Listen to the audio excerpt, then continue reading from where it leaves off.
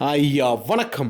എൻ്റെ മമ്മീജി പണ്ടേ പറയുമായിരുന്നു, എനിക്ക് പാര വയ്ക്കുന്നത് മൊത്തം എൻ്റെ കൂടെയുള്ളവന്മാരാണ് എന്നായിരിക്കും നമ്മുടെ രാഹുൽ ഗാന്ധി അഥവാ നമ്മുടെ നമ്മുടെ രാജ്യത്തിൻ്റെ പ്രതീക്ഷ, നമ്മുടെ രാജ്യത്തിൻ്റെ നട്ടല്, രാജ്യത്തിൻ്റെ കരിമ്പ്, മികച്ചതിനേക്കാൾ മികച്ചത് വിചാരിച്ചു കൊണ്ടിരിക്കുന്ന സംഭവം വേറൊന്നുമല്ല.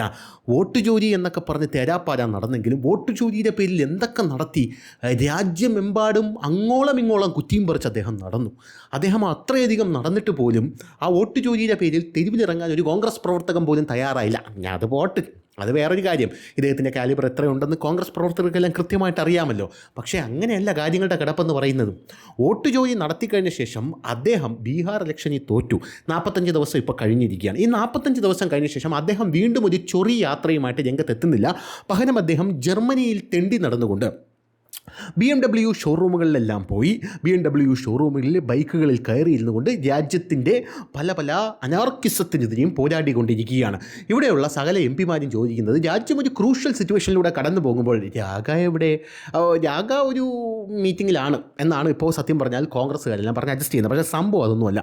സംഭവം എന്ന് പറഞ്ഞു കഴിഞ്ഞാൽ നമ്മുടെ രാഹുൽ ഗാന്ധി പറഞ്ഞ വോട്ട് ചോരി അല്ലെങ്കിൽ EVM തട്ടിപ്പ് പൊളിച്ചടുക്കി കയ്യിൽ കൊടുത്തിരിക്കുകയാണ് രാഹുൽ ഗാന്ധിയുടെ ടീം തന്നെ.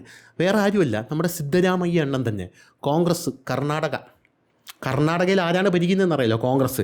ഈ കർണാടക ഭരിക്കുന്ന കോൺഗ്രസിൻ്റെ തലവനായിട്ടുള്ള സിദ്ധരാമയ്യ അവിടെ ഒരു സർവേ നടത്തി.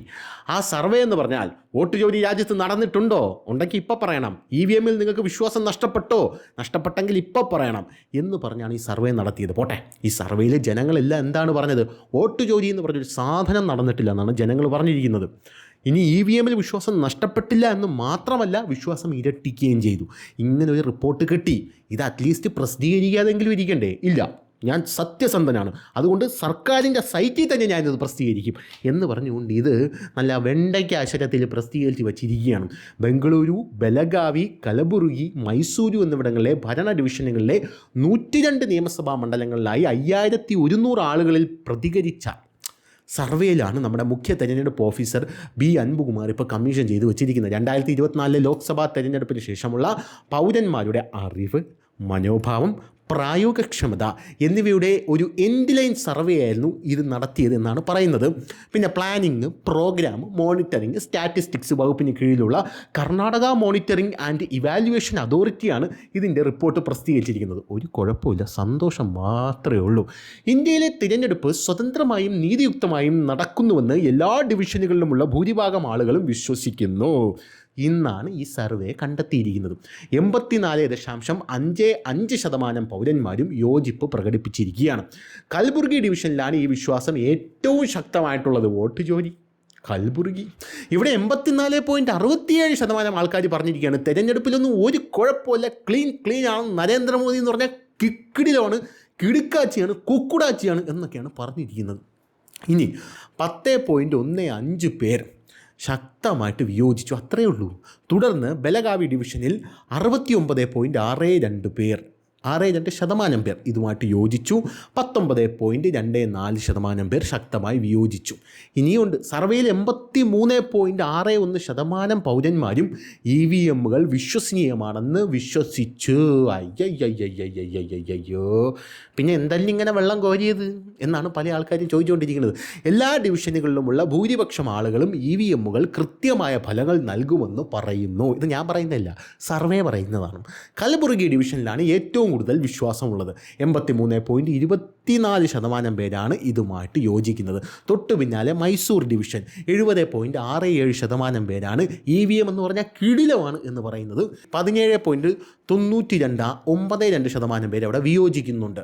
ഇനി നരേന്ദ്രമോദി നയിക്കുന്ന BJPക്കെതിരെ വോട്ട് ചോരി പ്രചാരണത്തിന് നേതൃത്വം നൽകുന്ന കോൺഗ്രസ് നേതാവ് രാഹുൽ ഗാന്ധിയുടെ നെറുകന്തലക്കിട്ട് അടിച്ച ഒരു കണ്ടെത്തലായിരുന്നു ഈ കണ്ടെത്തലെന്ന് പറയാതിരിക്കാൻ വയ്യ. നെറുകന്തലയ്ക്കെന്ന് പറഞ്ഞാലും പോരാ, മർമ്മത്തിനിട്ട് അടിയായിപ്പോയി എന്ന് നമ്മൾ പറയാതിരിക്കുക യാതൊരുവിധ നിർവാഹവുമില്ല. തദ്ദേശ സ്വയംഭരണ സ്ഥാപനങ്ങളിലേക്കുള്ള തെരഞ്ഞെടുപ്പിൽ ബാലറ്റ് പേപ്പർ തിരികെ കൊണ്ടുവരാൻ കോൺഗ്രസ് സർക്കാർ തീരുമാനിച്ചിരിക്കുകയാണ്. എങ്ങനെയിരിക്കും? അങ്ങനെ തീരുമാനിച്ചിരിക്കുന്ന സാഹചര്യത്തിലാണ്, എനിക്ക് അറിയാൻ പാടില്ലാത്തതുകൊണ്ട് ചോദിക്കുന്നത്, ഇവന്മാർ മണ്ടന്മാരാണ്, അതേ മണ്ടന്മാരായിട്ട് അഭിനയിക്കുകയാണ്. തദ്ദേശ സ്വയംഭരണ സ്ഥാപന തെരഞ്ഞെടുപ്പിൽ ബാലറ്റ് പേപ്പർ ഞങ്ങൾ തിരിച്ചു കൊണ്ടുവരാൻ പോവുകയാണ്.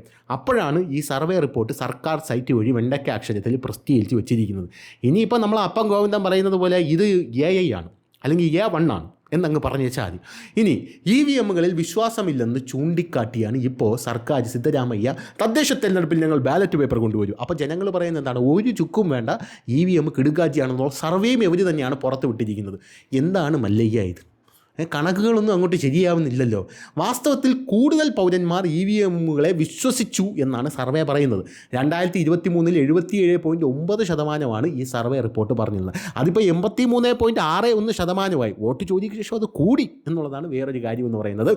5100 പേരിൽ 95.75% പേർ 2024 ലോക്സഭാ തെരഞ്ഞെടുപ്പിൽ വോട്ട് ചെയ്തതായി പറഞ്ഞിട്ടുണ്ട്. വോട്ടർ പട്ടികയിൽ ഉൾപ്പെട്ട 4272 പേരിൽ എല്ലാ ഡിവിഷനുകളുമായി പ്രതികരിച്ചവരിൽ ഭൂരിഭാഗവും, അതായത് 95.44% പേര്, അതാണ് ഭൂരിഭാഗം എന്ന് പറഞ്ഞത്, തങ്ങളുടെ പേരുകൾ ശരിയായി പട്ടികയിലുണ്ട്, ഒരു വോട്ട് ജോലിയില്ല എന്നാണ് സ്ഥിരീകരിച്ചിരിക്കുന്നതെന്നും ഈ റിപ്പോർട്ട് പറയുന്നു. മൈസൂരു ആസ്ഥാനമായുള്ള grass root research and advocacy movement ആണ് ഈ സർവേ റിപ്പോർട്ട് പുറത്തുവിട്ടിരിക്കുന്നത്, അല്ലെങ്കിൽ സർവേ നടത്തിയിരിക്കുന്നത്. ഈ സർവേയാണ് നമ്മുടെ സിദ്ധരാമയ്യ സർക്കാർ വെണ്ടയ്ക്ക അക്ഷരത്തിൽ പ്രസിദ്ധീകരിച്ച് വച്ചിരിക്കുന്നത്. രാഹുൽ ഗാന്ധി നിർത്ത് എന്ന് മാത്രമേ പറയാനുള്ളൂ. അപ്പോൾ ശരി.